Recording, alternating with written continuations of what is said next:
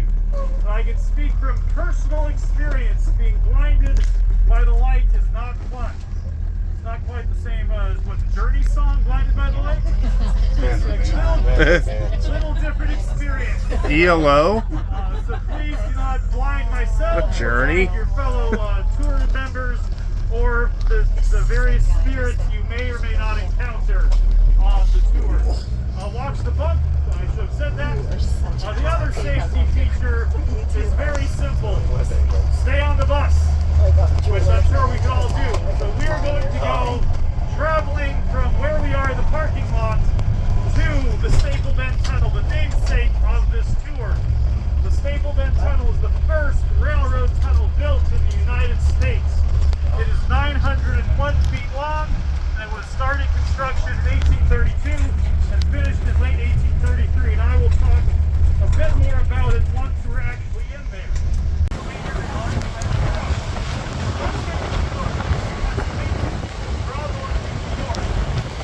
don't like that. We want them to come to Pennsylvania to drive our economy, to populate our country, to populate our state. We want to be the gateway to the West. Pittsburgh was known as the gateway to the West. Remember, in the early 1800s, the West was Ohio, and Indiana, Iowa, Illinois. When we think of today, the West is Colorado, California, Wyoming. The further back in time you go, the further east the West. On someone again, I'm speaking from personal experience. It is very painful to get a bright flash in your eyes in a dark environment. Again, you need safe for your own safety. You need a little bit of light. That is why you're just asking to keep it pointed at the ground, away from the skies. Any other questions before we get there? How long has this tour been going on? This tour has been, so we've done this almost 20 over about 15 years now. We started in 2005, 2006 as I recall. We stopped in 2020, 21, and 2022 due to COVID. But we resumed this for this year. Hopefully we will continue to do this next year as well. Throughout our summer months, we do have guided hikes, which basically start at the parking lot and take you to the tunnel and back. But instead of having our friendly bus driver Chris take you to the tunnel in a bus, we do so by our feet, by hiking. This trail is open to the public. However, Be careful. They're murderers and they're here. They're out here tonight. They're with us. They're murderers, the Flanagan boys. Have you heard of the Flanagan boys? Do you know about the Flanagan boys? They're murderers. And I can tell you I know firsthand because I perished because of them. Back on a nice summer day in 1842, I lost my life because of their evil greed. I was raised on a farm right outside of Evansburg. My name is Elizabeth. Elizabeth Holder. My friends all know me as Betsy. When I was a young woman, I married my love of my life, John Holder. We had two beautiful children, John Jacob and Eliza. We lived on my father's farm after we had bought it when he passed away. Unfortunately, our happy family was short-lived because soon my love, John, and my little girl, Eliza, both perished. And I was left to raise my son, John Jacob, all alone. He grew up strong, and he was a good man. And by the time he was 23, he married a wonderful woman, and they moved off and started their own family, leaving me to live out my later years in my cottage on my farm by myself. It was a good life. It was a quiet life until that night when I heard a knock at the door.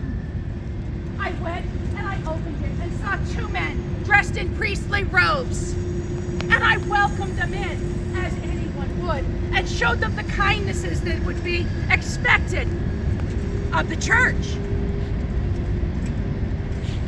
While they were talking, I had walked over fireplace and pulled away a stone that hid my purse, my little change purse, with my gold coins, because I wanted to give a donation towards their mission. Little did I know, the evil that lurked in the house with me was not priests, but was the Flanagan brothers, dressed because they had heard about my little stash of gold coins in my home, and they came to rob me. So when I opened up my little satchel and I reached in and grabbed a coin to give to them, they attacked me. They strangled me. And one of the brothers hit me on the head with the poker from the fire. I screamed and screamed for one of my neighbors to come. But by the time they made it to my door, the life had gone out of me. And the Flanagan brothers had ripped off their robes and gone skulking off into the night with my gold and their lives. A $100 bounty was put on their heads. They caught them. And not only once, but twice they were found guilty of my murder. But then they were broken out of jail. By who I do not know. And they're here. They're here. They're murderers. They're murderers, I tell you. Murderers.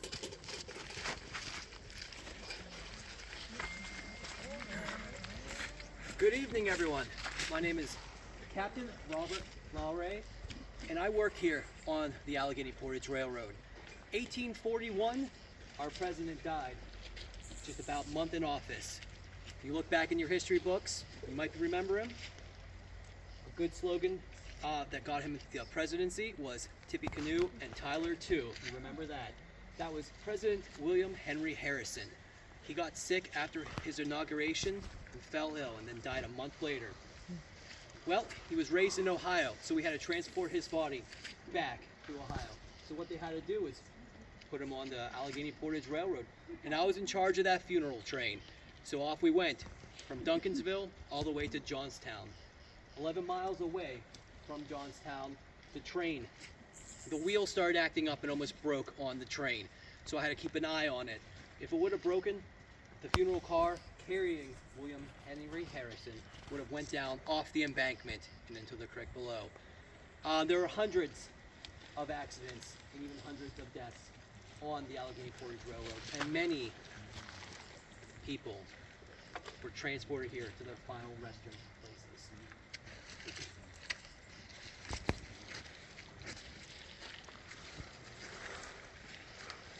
Greetings, travelers. My name is Charlotte Hesla. My husband and I moved to Johnstown in 1832. We first settled in Bedford Pike, but then we moved to Vine Street, to a house my husband built with his own hands. My husband worked for the Portage Railroad. At first, he built canal boats and rail cars, but then he became a master painter. He paints the names of the boats and the company cars. I was a founding member of the Main Street Christian Congregation in 1836. My family has always had strong moral convictions, and we could not sit by and do nothing when God's creatures were still being held in bondage. We were part of the Underground Railroad. We had several secret places around our house where we could hide the poor souls escaped from the plantations in the South. One cold night, much like this one, my husband and I were sitting in the upstairs sitting room when a loud knock shattered the peace. We suspected it was one of the slave hunters out looking for the man, since our good neighbor John Cushion was hiding a runaway slave in the coal mine under Green Hill. We went downstairs because my husband wanted to inquire who it was at the door, and I stayed back on the stairway just within earshot. When he opened the front door, lo and behold, it was such a man. He offered my husband $25 for the whereabouts of the fugitive. My husband promptly denied having any such knowledge of the matter, but the man was persistent. He offered him $70. Oh, I was awful frightened that my husband might succumb to temptation. I had to intervene. I quickly walked downstairs and quietly shut the door on the man. Luckily, that was the last we heard from him.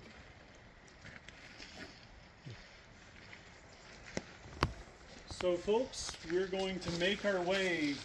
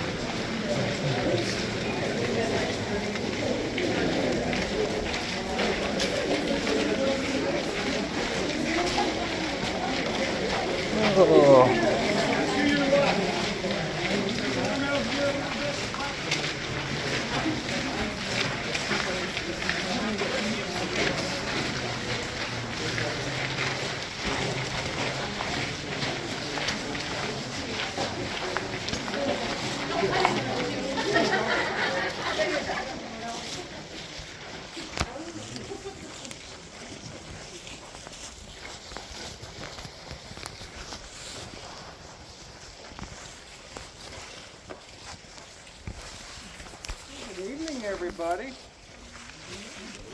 How's everyone's journey going tonight so far? Good. That's great.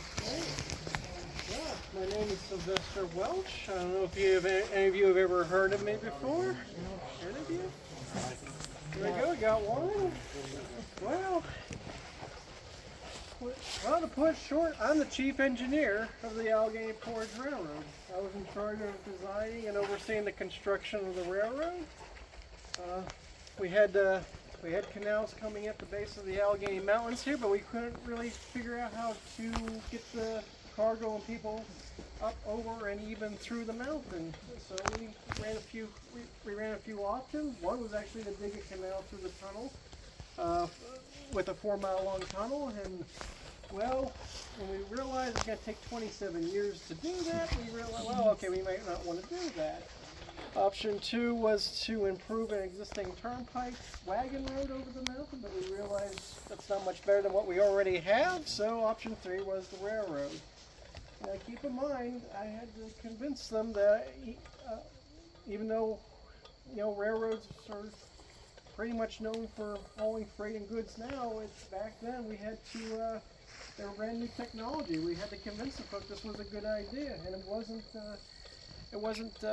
easy. We had a few railroads in the eastern part of the country. They used this, what we call an incline plane technology, to winch the rail cars at certain locations up the mountain. And I designed the Allegheny Portage Railroad with 10 of these, just to go over 1,000 feet in height. Some thought that was a bit too complex. I simply said, no, it's not complex. It's simplicity repeated 10 times. And, well, it worked. And it took approximately 3 years to build the railroad, all 36 miles, and that wasn't an easy task either. We had a good start, but we had labor issues. We didn't have enough people. The people we had were looking for more money. It was quite a task, but eventually we had laid all the track and opened up the railroad in 1834. And I'd say it did fairly well. It lasted a little over 20 years until another great railway engineer by the name of J. Edgar Thompson figured out how to build an all-railroad route across the state, which cut travel time over the mountain via the horseshoe curve from 6 to 10 hours to just over an hour. So, oh well. I played my role in history. I'm proud of what I did. I'm proud of what the crews did, but time moves on, and I figured let the travelers tell their stories now of their great experiences. Good evening, everyone. My name is Harriet Beaver Stowe, and I do have to ask if you all traveled here together? Yes. Yeah. All together? Was it really cramped? Are you tired? You look tired, weary travelers. You must have been traveling by canal boat, were you? So I traveled on the Main Line Canal, and I maybe can offer you a few tips if you haven't. So if you've never seen a canal boat, trust me, it's not as good as riding on a steamboat. A canal boat, there's just mules and ropes and some muddy water. It's very cramped, it's very loud. I remember when I was in Pittsburgh and people saw a canal boat for the first time. And I said, look, there's a canal boat. And they said, a what? And I said, a canal boat. And they're like, that little thing? And then I said, we're all going to fit on there, and dozens more of us. So we all get into this canal boat and we're traveling with all of our stuff. It was very chaotic as we're all getting on this boat and everybody is getting on with their things and more people keep coming onto the boat. And I will tell you that it doesn't get any bigger or wider the more people that get on, but it was amusing to look at people's faces as they walk into this room and all of you folks are already in there and people are kind of looking like, well, where are we supposed to go? And what about all of our stuff? But people just kept coming and coming with all of their stuff. Now, the sleeping conditions weren't much better. It was basically a board attached to a wall with a very slender cord, and that's all that kept us attached to the wall. So if you were laying on the bottom, you were probably thinking, looking up at the person above you, hoping that they don't fall on you in the middle of the night. And let me tell you, I thought maybe you were traveling by canal boat because you looked tired, and it wasn't good sleep that we got. There were children crying, and as soon as everybody settled, people got up and they were looking for their hat or their carpet bag. And then finally everybody falls asleep. It's tired, the children have all calmed down, and we're about to go through a lock. And people wake up, it's a loud noise, and someone says, what's a lock? And then we spend lots of time going through the philosophy of what a lock is and how it works and why the canal boat has to go through the lock. And now I'm not sure if we're even going to get any sleep tonight, if any of us are going to be able to fall back asleep. But it was very interesting traveling with folks for days on end in a cramped canal boat. I will say that it's definitely not as majestic as a steamboat. There's no power. It's quite different, but it worked on the mainline canal. We use canal boats, and I won't say I'm an expert traveler, but I will leave you with a few words of advice. Please bring your own cloth with you, so you don't have to share one on a canal boat, and be sure to bring your patience with you because you're going to need it.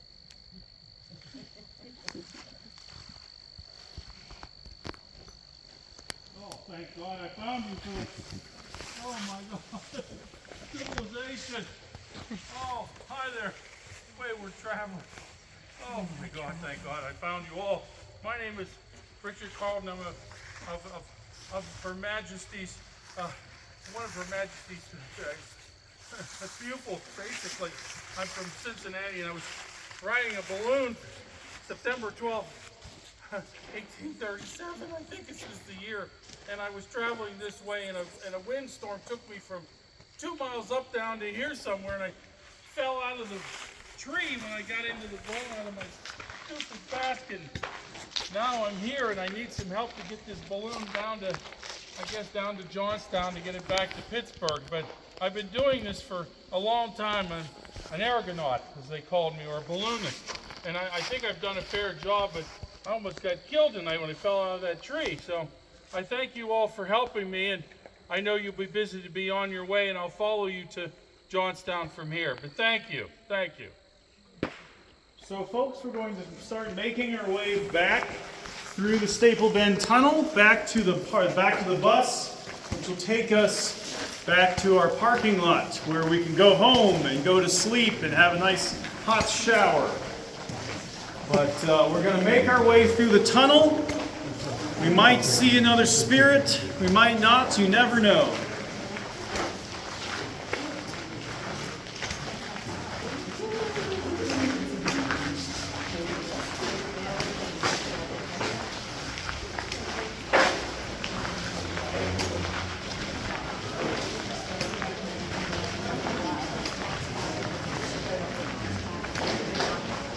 This is a good place to stop.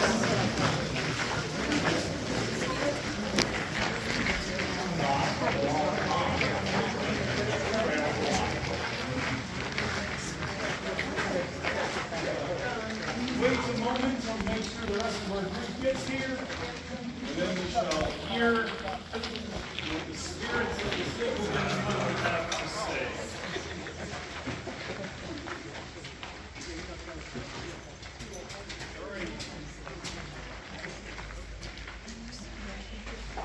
They try to do too much with too few employees here on the Portage.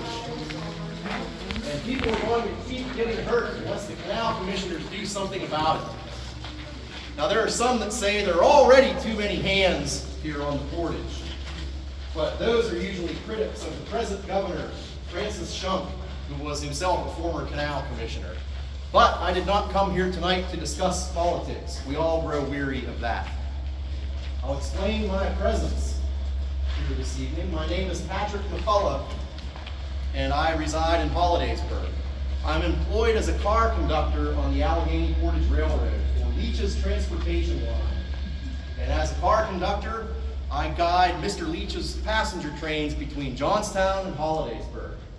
But I am but a bystander on the 10 incline planes of the Portage Railroad. There, the movement of the cars is dictated by the state's own employees, who I argue are overworked. The Portage has become busier every year that passes, more and more traffic. And this has caused backups to become a daily occurrence at the incline planes on the Portage. And the engineers of the planes get in a rush with those backups to try to move the cars through, to try to keep the traffic flowing on our internal improvements. And this is where I finally enter the story.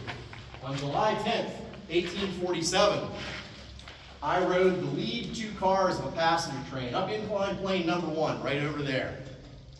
And they only took 2 or 3 cars at a time on the plane because of their weight. And I arrived here at the top of the plane, and I was informed that some westbound cars that were to come through the tunnel had been delayed. And these cars were going to be the counterbalance going down to help pull the next 2 cars of my train up the plane. Well, soon enough, the horses pulled those cars through the tunnel. They were hitched to the rope, and the work set in motion. And eventually, my next 2 cars were nearing the top of the plane, and as they were approaching the engine house, I noticed that they were not slowing down. But I was not alarmed initially, because I knew the engineer in charge of the stationary engine to be a skilled hand at the throttle. Let off too early, and the cars won't be able to crest the top of the plane. But stay on the throttle too long, and, well, that's what happened. With their speed unchecked, the cars roared over the crest of the plane and became unburdened by the chains of gravity, and they rushed through the engine house at great speed. And I was caught, and I sort of froze in my tracks, couldn't move, and I got caught between the cars and crushed in such a manner that I only survived a few moments. Now, yes, I understand that we must keep the traffic moving on our internal improvements with minimal delays, but not at the expense of more lives lost each week. Well, thank you for your time, and please be safe as you continue on your journey. And so, folks, we're going to make our way back through the Staple Bend Tunnel, all 901 feet, all of it, so you've been 1,802 feet there and back again. So we're going to get back on the bus.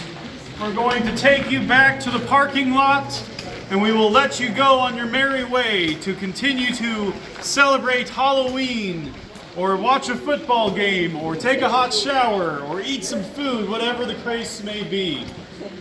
While we go through the Staple Bend Tunnel, does anyone have any last-minute questions? Something that they really wanted to know, but never really were quite sure didn't know how to ask. Yes, someone in the back. Is the chiseling here primarily original to what it was back then? Primarily, yes. There has been several small rock falls. You see it on the side of the ground. So most of it is going to be original. However, there wasn't much of chiseling. They did blast this using gunpowder. So any evidence of the chiseling, any evidence of the drilling would have been very either destroyed in the gunpowder or very minimal on the sides of the walls. They had to once they made their way once the 2 sides made their way and met in the middle, they had to widen and heighten, widen the the tunnel to about 20 feet wide and 19 feet tall. So what you see here is basically the same same width as it has been when it was made 190 years ago. There have been some, if you look carefully along the walls, you'll be able to see some buttresses, some support systems. The Park Service, we have a team of geologists come here every couple of years or so and check up and make sure that the tunnel is safe and stable, and we have passed with flying colors every time we have. So if you ever do get a chance to come out here, I highly recommend it. It's a very cool tunnel. It's the first railroad tunnel built in the United States, and it's the fastest way for me to feel like I'm back underground again, like I was at Mammoth Cave. I have a question. Yes. Was it actually documented that Harry Beecher Stowe rode on that canal, and do you have a register of other family people? Yes. So Harriet Beecher Stowe, she traveled several times on the canal and railroad system. She wrote fairly extensively about it in her diary, mostly about how cramped the quarters were, how cramped the canal system, the canal boats were. She was not a fan of how tight the spaces were. What was the purpose of her? Oh, just to travel to get from point A to point B. Where was she born originally? No, I mean, if she's traveling here, where's her home base? I don't know exactly. I'm sorry.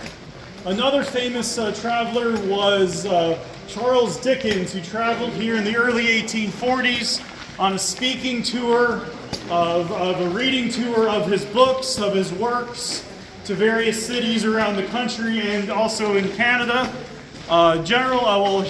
Ulysses Grant traveled on the Allegheny Portage Railroad in the late 1830s on his way to West Point. There have been several other notable people involved on the railroad, travelers on the railroad. Was Harrison the only president that was transported after death? To my knowledge, yes. And when was the last actual functioning canal? This looks like a new reinforcement. And I will talk about that on the bus ride back, but it was in 1857, and I will go into further detail on the bus. This looks like a newer section. The workers, they put this here on the western end and on the eastern end to buttress. Oh my God, people calm down, quiet.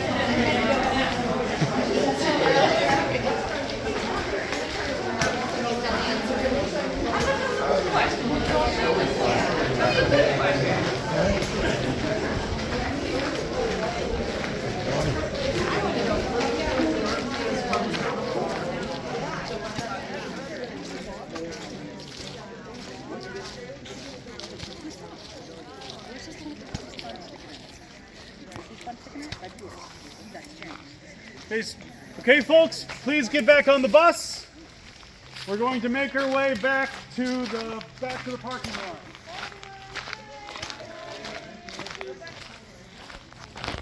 The Allegheny Portage Railroad operated from 1834 to 1857, but in the early 1850s, the Allegheny Portage Railroad started a decline, and that's because, as Sylvester Welch mentioned, that because of the creation of the Pennsylvania Railroad and the Horseshoe Curve.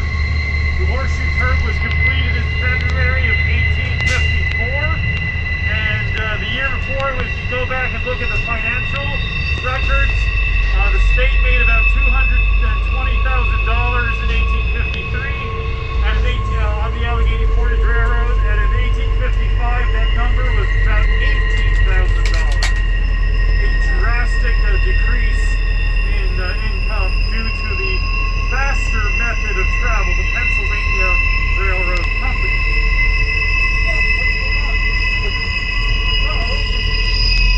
It looks like we have a branch on the road. I will take care of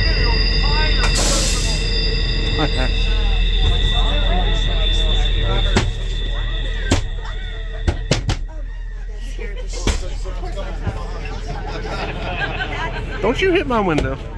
Come on, Josh. Don't you hit my window.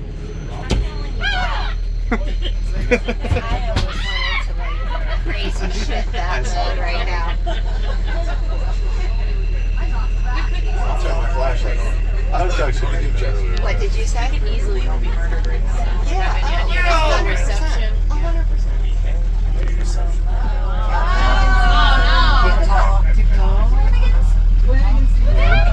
Victory, victory, dog. The mouse ran up. Mouse ran down. Hickory, dickory, dock. Where's Betsy Holder? Betsy Holder. Oh, back here. So you're Betsy Holder.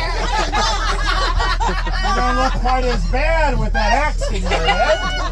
You look good. You healed up pretty well since the last time I saw you.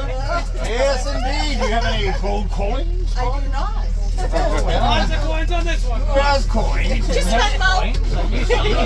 Hello. What's your name? Shy? My name is Cheyenne. Cheyenne. And you have money? I don't. Well, you're lucky, because if you did, I would take it all.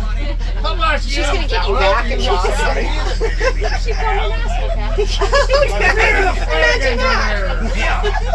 That's her pet name.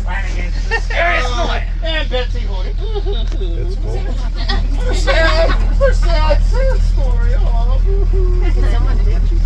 Well, we're dead too. You look familiar. Are you Betsy Holder's What's all sister? this then? What's all this? Oh, it's a ranger! Who are you?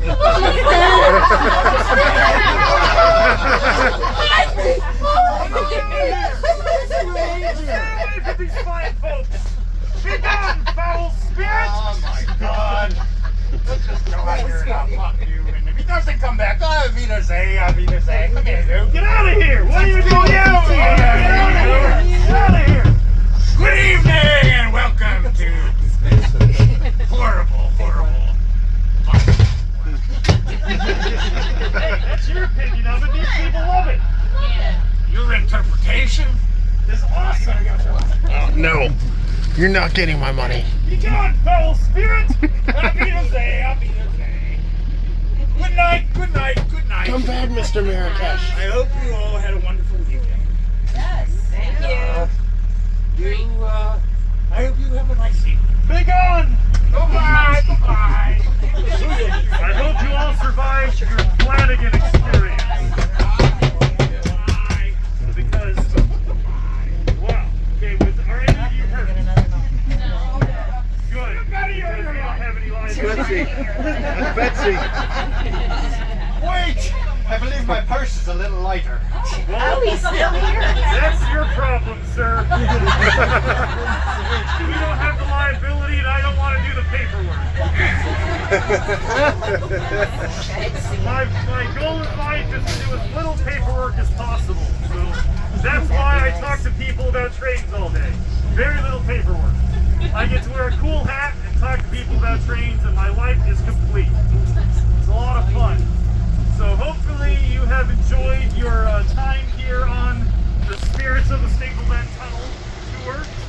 We are going to make our way back to the parking lot, and I want to finish what I was talking about before I was so rudely interrupted by the Flanagans. It's hard to believe that they might be my cousins, Lonergan, Flanagans, you never know.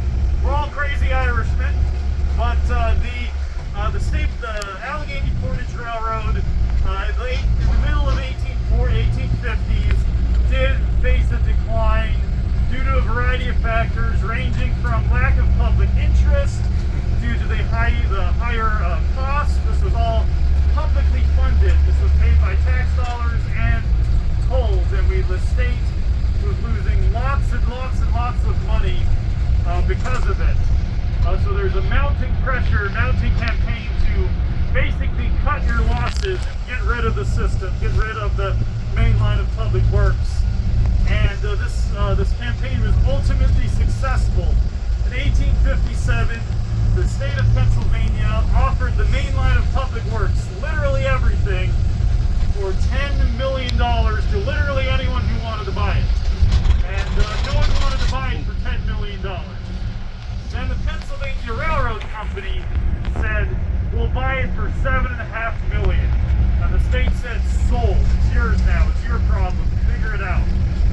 And the Pennsylvania Railroad Company, once they acquired the property in August of 1857, they tore up a lot of the railroad. They tore up the canals or sold them to smaller canal companies.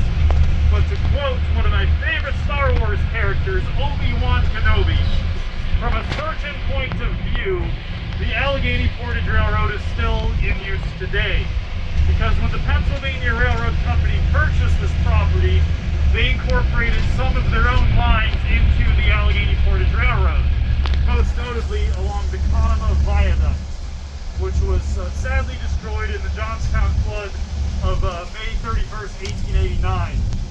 But when the Pennsylvania Railroad Company built the new Conemaugh Viaduct, basically 10 feet to the left, they're still incorporating some of the Allegheny Portage Railroad in today's, even in today's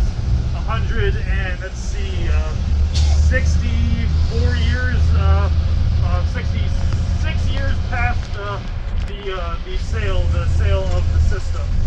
So even today, if you wanted to, you could get on your local, you could get on an Amtrak train in Altoona, and get off in Johnstown, and you would be in the same location as people 180 years in the past were traveling on the Allegheny Portage Railroad. So I hope you enjoyed your Spirits to Staple Bend Tunnel tour experience. We are getting fairly close to the end of the bus part. If you have any final questions, I will be more than happy to answer them. And I guarantee you, I can answer any question you ask of me. Literally anyone. Okay, you mentioned trains. What's your next train?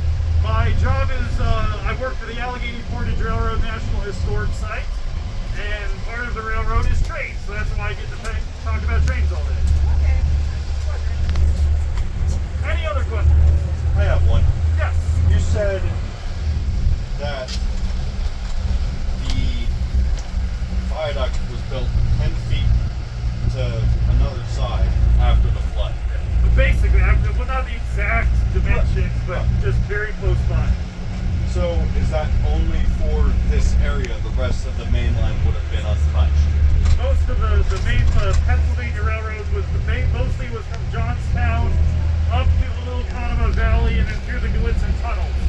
The state of Pennsylvania, they built their own version of the Galitzin tunnels, which in today's railroad is the eastbound traffic, and the Galitzin tunnels that you see in Galitzin, that's the westbound traffic. Okay. So it's still being used in some parts of it, not the whole thing, but parts of it are still in use. It was still on the right of way. Yeah. So even if that, still on the gate towards the right of way. Yeah, as I said, from a certain point of view, you gotta. It's kind of a ship of Theseus equation. If you take a ship or take a car and replace every single element of that car, do you have the same car or is it a brand new car? It's kind of a philosophical question. So it's always fun to deal with philosophical questions late at night when you're cold and hungry. That's always how I love to do it. That keeps me up at night.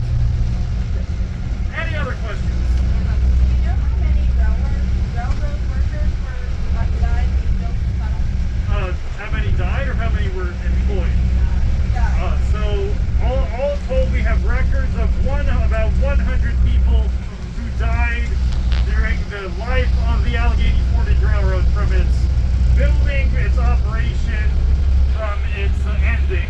These were from a variety of reasons, ranging from mechanical failure, like Mr. McCullough, due to human error or human stupidity. In 1852, a man by the name of Roland Humphreys, he had helped work on the Allegheny Portage Railroad. He had helped build it, actually. He decided the perfect place to take a nap after imbibing a little too much of some adult beverages was to lie down on the railroad tracks inside the cave, and he fell asleep and did not wake up again. He was crushed to death by a train, a horse-drawn train. So some of the events were due to human error, some of them were mechanical failure, some of them were just due to people making very poor decisions. But we have a record of about 100 fatalities. The number might be a little bit higher based on the fact that not everyone had really good records, or might not even been recognized. So we're about to go get a bump, so hold on or brace yourself, and then we're going to go and let you out. I hope you have enjoyed your Spirits of the Staple Bend Tunnel Tour. On behalf of the Allegheny Portage Railroad National Historic Site, I'd like to thank you for coming here, and I hope you've enjoyed your experience.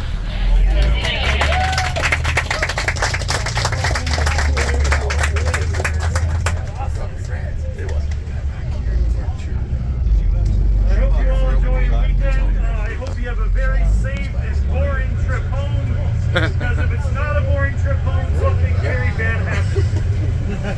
So hopefully you have a very